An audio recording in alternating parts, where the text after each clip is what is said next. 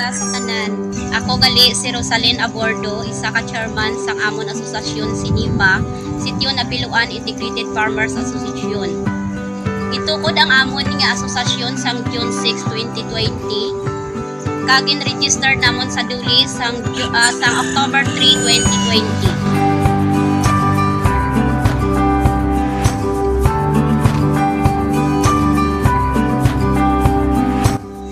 Sang ara na kami sa amon asosasyon, nagabinuligay kami kung paano namon mapabakod kag mapalambo ang amon nga asosasyon.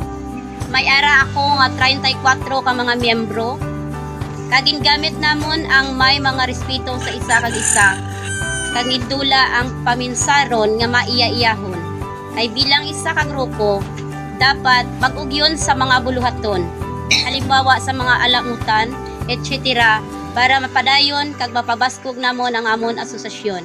Kag sa amon nga pagpadayon dira nga may mga proyekto nga mga nabaton.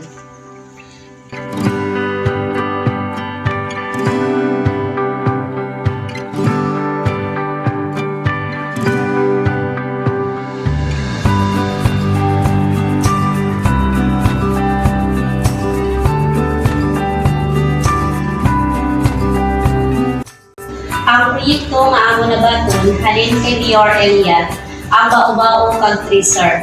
Nga dako gid nabulig sa amon asosasyon, ilabi na sa pagpanguma. Kag pangabuhian, naghapos ang amon pagpatikan sa amon panguma, kaupod man sa mga proyekto halin sa nasyonal nga ahensya sa gobyerno sa pagpasilitar sa aton municipal agriculture office.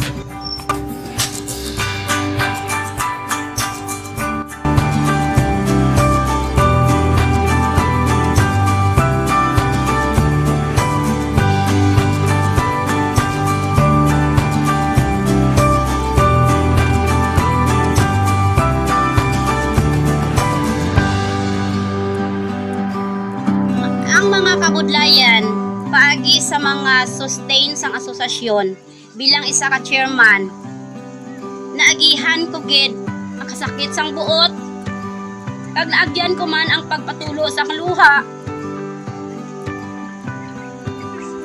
Pero ginaanalisa ko bilang isa ka chairman nga hindi hapos dapat responsable kag masaligan nga pagka-chairman.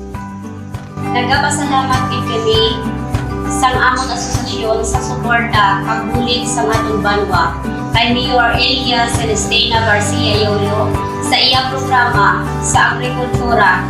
Nakaangkon kami sa mga proyekto sapat, binhi, machineries kag iban pa.